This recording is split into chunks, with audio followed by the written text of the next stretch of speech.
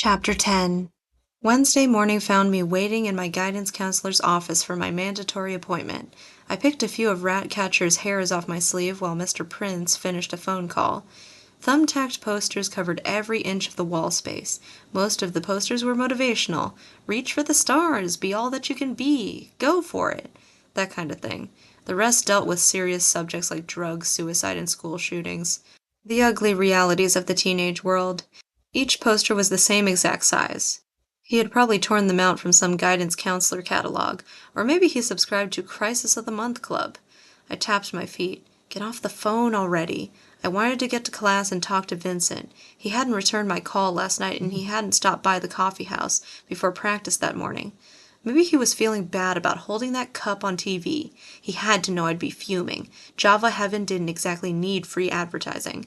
If I carried around a little black book with the words "The Law" written on the front cover, I would insist that the first law in that book be, "Thou shalt never, never partake of Java Heaven coffee." But I didn't need a little black book because my friends, my two friends, already knew that law. And to break that law would mean disloyalty and serious hurt feelings on my part. Anyway, Mr. Darling had probably shoved that cup into Vincent's hand just before the interview. But then again, Vincent could have dropped it. He should have dropped it. Law 2. If a cup of Java Heaven coffee is shoved into thy hand, then thou shalt drop it. Okay, Katrina, let's get started. Mr. Prince slid a pair of glasses onto his long nose. How are you? Fine, I smiled sweetly, unclenching my hands.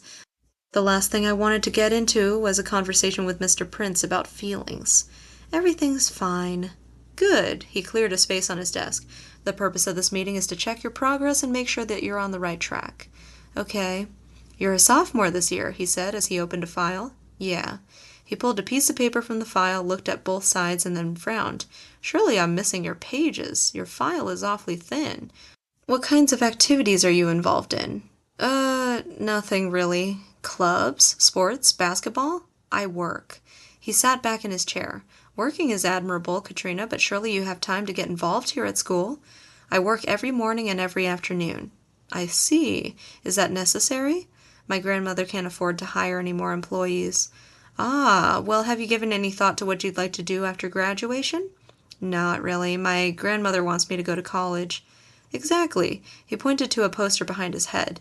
Education paves the road to success. Nordby High has an excellent rate of college acceptance. Sophomore year is the time to start getting serious. It's no longer just about grades. Competition for all the top schools is intense. Admissions committees want students who are involved on many levels. Let me show you something. He heaved a notebook onto his desk. I've been working closely with Heidi Darling. You know Heidi, don't you? Yeah. Ugh, was it too early in the morning to vomit? This is a work in progress, mind you, but her achievements are impressive. The exact thing every admissions committee is looking for. He spun the notebook around. I have her permission to share this with other students. In fact, I'm going to put it on display in the hallway. I expected a spotlight to appear and a choir of angels to descend as Mr. Prince opened the notebook to reveal its glory. Would I be blinded by its brilliance? I should have brought some sunglasses. And so, on that Wednesday morning, when I could have been in world mythology class asking Vincent about the coffee cup incident, Mr. Prince shared the supremeness that was Heidi Darling. Mrs. Darling is one of those mothers who loves to submit photos of her kid to the newspaper. Not every now and then, it's more like her second career. Heidi's entire life had been documented in the Nordsby News, from her first tooth, local baby bites grocery clerk, to her Girl Scout cookie sales, local girl declares new peanut butter flavor yummy, to her signature ponytail, local middle school student cuts hair for cancer patients. You get the point. I'd been in the paper once. When the King and Queen of Norway came to Nordby, you can pick me out in the crowd if you look for the tall girl with the neon blonde hair standing in the third row near the statue of Leif Erikson. Mr. Prince flipped through page after page of personal recommendations, then through page after page of activities: pep club, yearbook committee, dance committee, French club, sophomore class treasurer, future business leaders of America, honor society, Sons of Norway, swim team, Nordby Chamber of Commerce Student of the Month. Dizziness swept over me. The average brain can't handle so much data. Heidi's a sure thing, he said, closing the notebook. She'll get her first choice college, no problem. I want all the students here at Nordby to go to the college of their choice. But you've got to be competitive, Katrina. You've got to step up to the plate. Heidi's resume is not all that unusual. It's not? He had to be joking. Students your age are publishing books, creating internet businesses, setting world records. They are? I sat back and took a huge breath, picturing my closet of failure. That's why you've got to get involved. Right away. He handed me a slip of paper. This will help you get started. It's a checklist of things that will give you a better chance at getting into college. Internships, apprenticeships, community service, those kinds of things. By the way, do you know what you'll major in? No. Should I? He grimaced, as if thinking, this one's a total loser. Poor thing. It's never too early to set goals. What are you good at? Pouring coffee, cleaning tables, attracting weirdos in skirts. Nothing, really. Everyone is good at something. I'm not so sure that's true. Of course it's true. He pointed to a poster of a bunch of people dressed in various uniforms. Everyone is good at something. What about your friends? What do they like to do?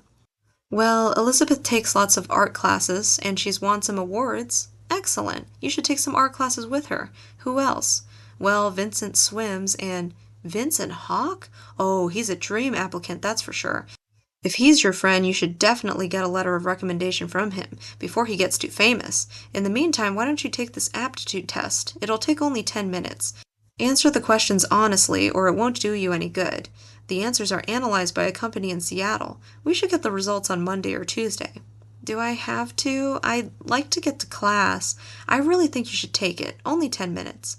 So I took the test. It was a bunch of personality questions about what I'd do in different situations. Would I fold under peer pressure, or would I stand my ground? Did I prefer large groups or being alone? If I answered all the questions honestly, the results would be aptitude, 0. Dominant characteristics, boring. Top career choice, coffeehouse girl. I already knew I wasn't good at anything. I didn't need to see it confirmed in writing. But I answered honestly, just in case some miracle occurred, and the test analyzer uncovered a hidden talent, a diamond in the rough. I handed Mr. Prince the test. Be sure to get started on that checklist, he told me. Okay, I shoved the checklist into my pocket and went looking for Vincent.